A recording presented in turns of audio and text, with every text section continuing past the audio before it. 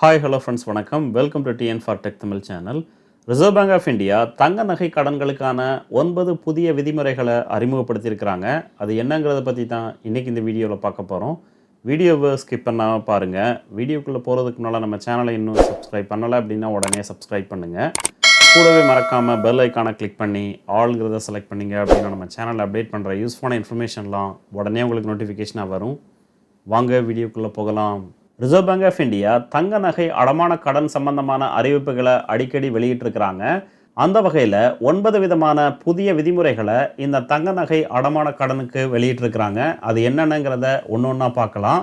First என்ன சொல்லியிருக்காங்க அப்படின்னா, அடமானம் வைக்கும் தங்க நகையின் மதிப்பில் 75% மட்டும்தான் கடனாக வழங்கப்படும்.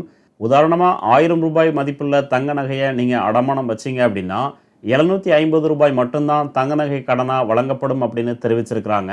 ஸோ லோன் டு வேல்யூ ரேஷியோவா 75% ஃபிக்ஸ் பண்ணியிருக்காங்க. ரெண்டாவதா, அடமானம் வைக்கும் தங்க நகை தங்களுடையது தான் என்பதற்கான ஆதாரத்தை வாடிக்கையாளர்கள் தங்க நகையை அடமானம் வைக்கும் வங்கி அல்லது நிதி நிறுவனத்தில் சமர்ப்பிக்க வேண்டும். ஸோ நம்ம ஒரு பேங்க் அல்லது நிதி நிறுவனத்தில் தங்க நகையை அடமானம் வைக்கிறோம் அப்படின்னா அந்த தங்க நகை நம்மளுடையதாங்கிறதுக்கான ஆதாரத்தை சமர்ப்பிக்கணும். உதாரணமாக நீங்கள் தங்க நகையை கடையில் வாங்கியிருக்கும் போது உங்களுக்கு பில் கொடுத்துருப்பாங்க. அந்த ரெசிப்டை நீங்கள் சப்மிட் பண்ணலாம். ஸோ இனிமேல் நீங்கள் தங்க நகையை அடமானம் வச்சிங்க அப்படின்னா கண்டிப்பாக அதனுடைய பர்ச்சேசிங் ரெசிப்டை நீங்கள் காட்டியாகணும். மூன்றாவதாக, அடமானம் வைக்கப்படும் தங்க நகை தரம் குறித்ததற்கான சான்றிதழ்களை கடன் கொடுக்கும் வங்கி அல்லது நிதி நிறுவனம் வாடிக்கையாளர்களுக்கு வழங்க வேண்டும். எந்த பேங்க் அல்லது நிதி நிறுவனத்தில் உங்களுடைய தங்க நகையை நீங்கள் அடமானம் வைக்கிறீங்களோ அந்த பேங்க் அல்லது நிதி நிறுவனம் வாடிக்கையாளருக்கு தங்க நகையினுடைய தரம் சம்பந்தமான சான்றிதழை வழங்கணும் அப்படின்னு தெரிவிச்சிருக்கிறாங்க. இதன் ஒரு நகலை அந்த நிறுவனமும் வைத்திருக்க வேண்டும். கூடவே அந்த சர்டிஃபிகேட்டில் கடன் கொடுப்பவர் கடன் வாங்குபவர் 2 பேருடைய சிக்னேச்சர் இருக்கணும் அப்படின்னு தெரிவிச்சிருக்கிறாங்க. அடுத்து, இந்திய ரிசர்வ் வங்கியால் குறிப்பிடப்பட்டிருக்கும் தங்க நகை வகைகளுக்கு மட்டுமே கடன் வழங்கப்படும் அப்படின்னு தெரிவிச்சிருக்கிறாங்க. நெக்ஸ்ட், வெள்ளி நகைகளுக்கும் அடமான கடன் வழங்கலாம் அப்படின்னு ரிசர்வ் பேங்க் ஆஃப் இந்தியா தெரிவிச்சிருக்கிறாங்க. அடுத்து, தனிநபர் 1 கிலோ தங்கம் வரையில் மட்டுமே அடமானம் வைக்க முடியும். ஒரு தனிநபர் அதிகபட்சமாக தன்னுடைய பெயரில் 1 கிலோகிராம் வரைக்கும் கோல்டை அடமானம் வச்சு லோன் வாங்கிக்கலாம்.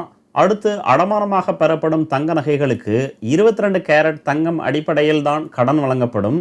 ஸோ நீங்கள் ஒரு கோல்டை கடையில் வைக்கிறீங்க அப்படின்னா அந்த கோல்டுக்கு 22 கேரட் அடிப்படையில் என்ன அமௌண்ட்டோ அந்த அமௌண்ட்டில் 75% மட்டும்தான் லோனாக உங்களுக்கு வழங்குவாங்க.